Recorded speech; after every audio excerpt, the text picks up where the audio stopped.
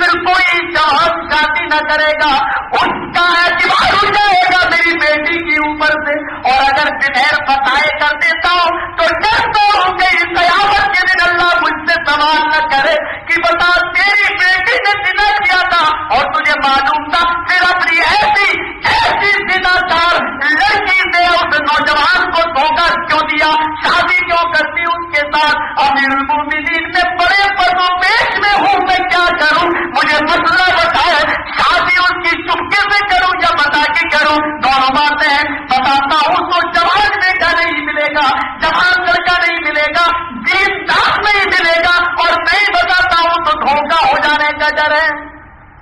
امیر المومنین نے کوڑا نکالا قبر سے, ادھر آ اور کھڑے ہو جا میرے سامنے. کہا کہ امیر المومنین مسئلہ پوچھنے آیا اور آپ کوڑا نکال رہے ہیں. کوڑا نکال کے 10 کوڑے ان کو مارے, 10 کوڑے مارے. 10 بعد اللہ ابن قیم کی صفت مصطفیٰ اللہ ابن قیم کی, میرے بھائیوں 10 کوڑے مارے. اور اس نے کہا امیر المومنین آپ مسئلہ پوچھنے والوں کو بھی کوڑے ماریں گے تو ڈر کے مارے کون آپ سے مسئلہ پوچھنے آئے گا, میرا جرم کیا ہے؟ فرمایا تیرا جرم یہ ہے کہ اللہ نے جب تیری بیٹی کے عیب کو چھپا لیا تھا, اللہ نے جب تیری بیٹی کے عیب میں پردہ ڈال دیا تھا تو نے عمر کو اپنی بیٹی کی یہ برائی کیوں کی, عمر کے سامنے اپنی بیٹی کی غیبت کیوں کی, اپنے عمر کے سامنے تو نے اپنی بیٹی کی شکایت کیوں کی. ارے تو نے قرآن نہیں پڑھا, جو اللہ سے توبہ کر لیتا ہے وہ ایسا ہی جاتا ہے جیسے اس نے گناہ ہی نہ کیا ہو. جب تیری بیٹی توبہ کر چکی ہے اور آج تک کر رہی ہے تو پھر تو نے اپنی بیٹی کی یہ شکایت مجھ سے کیوں کی ہے؟ یہ میں نے تو اس لیے مارے کہ ابھی تک یہ چیز پڑھتے میں تھی, تو نے ظاہر کر دی, اب مجھے بتا دیا ہے. کیوں بتایا؟ مجھے بھی نہیں بتانا چاہیے, کرنا بتاتا تو مسئلہ کیسے معلوم کرتا.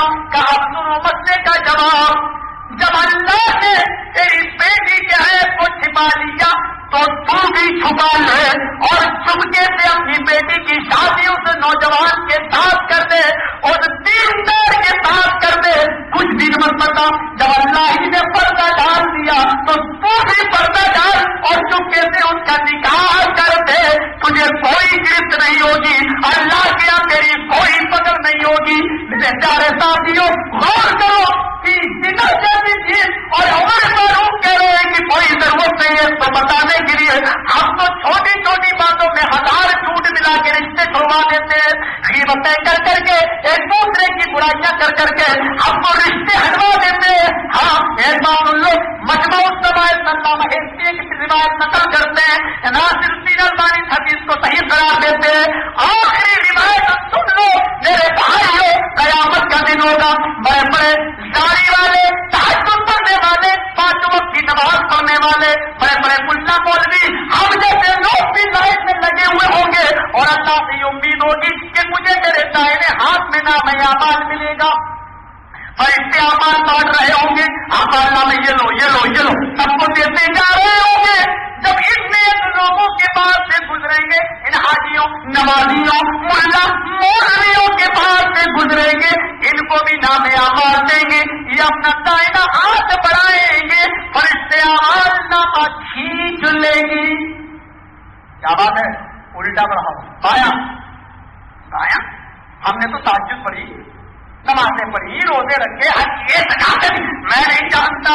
میرے اللہ نے بائیں ہاتھ میں دینے کو کہا تو بایاں ہاتھ بڑھاؤ. بایاں ہاتھ بڑھائیں گے, مجبور ہو کر بڑھائیں گے. بایاں ہاتھ نام اعمال کو پکڑیں گے, پڑھیں گے. یہ وہ ہوں گے جو نمازیں پڑھتے ہوں گے, روزے رکھتے ہوں گے, حج بھی کیے ہوں گے, مسجدوں میں بھی آئے ہوں گے, مسجدوں میں بیٹھنے والے بھی ہوں گے. یہ وہ ہوں گے جن کو لوگ دنیا میں دیندار کہہ رہے ہوں گے. یہ اپنے نام اعمال کو الٹے ہاتھ میں لیں گے, پکڑیں گے, پڑھیں گے. یہ برائی اور الٹیں گے, یہ گناہ الٹیں گے. سارے اوراد کو رکھ ڈالیں گے, سب میں گناہ ہی گناہ. تو اپنے آسمانوں کو بند کر کے زمین پہ رکھ دیں گے اور کھڑے ہو کر آسمان پر نظر اٹھا کر کہیں گے, عربی الفاظ حدیث کے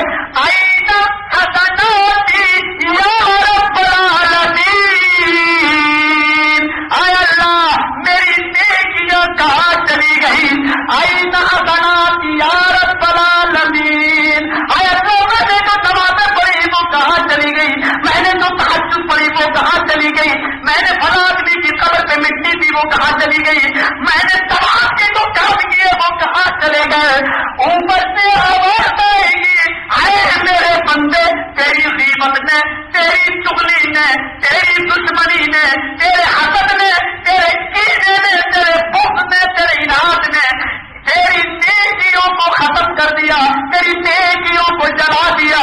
بڑا بڑا جگہ پر بھائی کر اپنے بھائی کی غیبت کرتا تھا, تیری غیبت نے, چغلی نے, حسد نے, کینے نے, بغض نے, اناد نے, دشمنی نے تیری نیکیوں کو ختم کر دیا ہے. نیکیاں غیبت ایسی ہی کھا جاتی ہے جیسے آگ لکڑی کو جلا دیتی ہے, غیبت ایسی نیکیوں کو جلا دیتی ہے.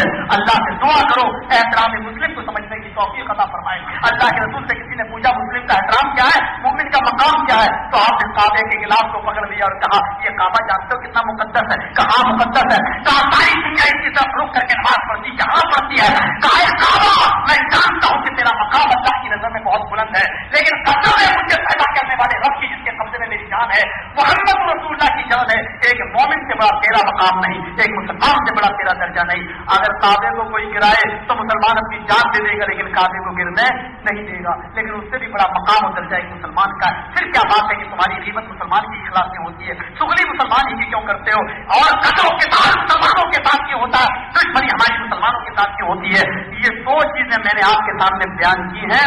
تیسرا پوائنٹ ہے اتفاق اور اتحاد کا, واذکروا نعمت اللہ علیکم اور واعتصموا بحبل اللہ. اس کی میں تشریح نہیں کر سکا ہوں, اور آج میں موقع بھی نہیں ہے کہ میں کر سکوں, اور مجھے بھی سفر کرنا ہے, اور تھوڑا سا میرا مدرسے کا جس کو میں نے خود کھولا ہے لڑکیوں کا ادارہ, میں نے ابھی تک کسی مسجد میں اعلان نہیں کیا آپ کے اس علاقے کے اندر, اور بہت دنوں کے بعد آپ کے پاس آیا ہوں, اور ایک اچھی خاصی امید بھی ہے مجھے آپ سے.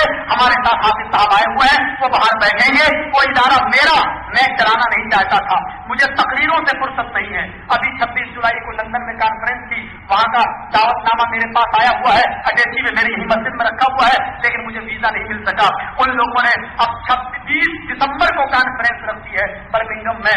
دعا کرو کہ اللہ رب العالمین ویزے میں جو رکاوٹیں آ رہی ہے اس میں آسانی پیدا فرمائے. وہاں کی جمعیت و جماعت مجھے بلا رہی ہے, اللہ رب العالمین وہاں بھی ہم سے دین کا کوئی کام لے لے. مجھے فرصت نہیں تھی تقریروں سے, لیکن اٹاوا کی جماعت کے لوگوں نے مجھے جماعت اہل حدیث کا امیر بنا دیا, اور یوپی کا, مغربی یوپی کا مجھے نائب ناظم بنا دیا, سیکریٹری, جس کی وجہ سے میرے اوپر ذمہ داری بڑھ گئی. اس لیے لڑکیوں کا ادارہ میں نے قائم کیا ہے. الحمدللہ ضرورت سے زیادہ بچیاں ہمارے مدرسے میں آ گئی ہیں.